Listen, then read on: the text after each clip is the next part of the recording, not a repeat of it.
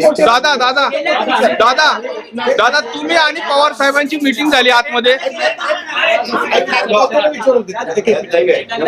गेल्या 15 दिवसात साहेबांची 3दा तुमची बैठक झाली, रयतची बैठक झाली, आजची बैठक, जयदादाच्या साखरपुड्यात तुमची भेट झाली.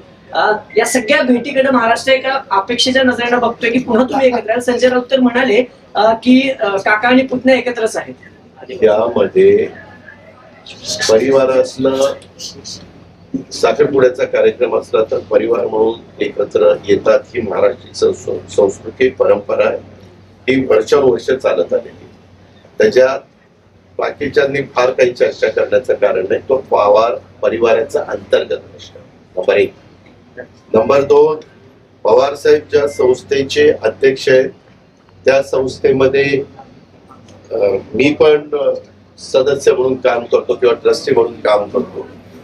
उद्याच्याला आम्ही तिथं जातो ते उपमुख्यमंत्री म्हणून जात नाही. रयत शिक्षण संस्थेच्या ह्याच्यात डॉक्टर विश्वजित कदम, रामशेठ ठाकूर, ज्यांचे चिरंजीव प्रचार ठाकूर भाजपचे आमदार आहेत, आपले दिलीप वळसे पाटील, अनिल पाटील धर्मरावांच्या वारसदार, असे अनेक जण वेगवेगळे, मी सगळ्यांची नावं घेत नाही, असे अनेक मान्यवर त्याच्यामध्ये आहेत.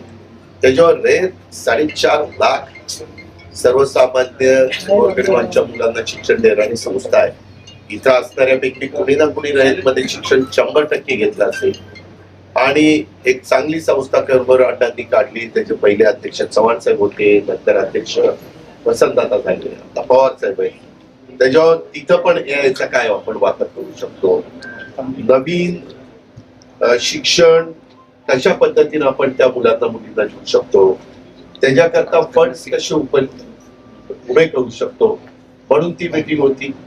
ती आपल्या मुला मुलींच्या भल्याकरताच होती. ते चर्चेमध्ये मी त्याकरता गेलेलो होतो. आज इथं झाली हे पण एआयच्या संदर्भातलं काम आहे. आता त्याबद्दल जर आम्ही शासनामध्ये काम करतोय, मी किंवा माणिकराव कोकाटे वगैरे बाकीचे मान्यवर, त्याच्यामुळं ज्याच्यातून राज्याला फायदा होणार असेल, राज्यातल्या शेतकऱ्यांचा फायदा होणार असेल, राज्याचं शेतकऱ्यांचं उत्पादन वाढणार असेल, राज्यातल्या शेतकऱ्यांचा पाण्याची बचत, खताची बचत होणार असेल, तर ह्या गोष्टी केल्या पाहिजेत. त्याच्यामध्ये देवाणघेवाण केली पाहिजे. ज्याला जी माहिती आहे ती माहिती तिथं दिली पाहिजे आणि त्याच्यातनं पुढे गेलं पाहिजे. ह्या तर गोष्टी कुठंच अडचणीच्या नाहीत ना. त्याकरता अशा वेळेस बसावं लागतं.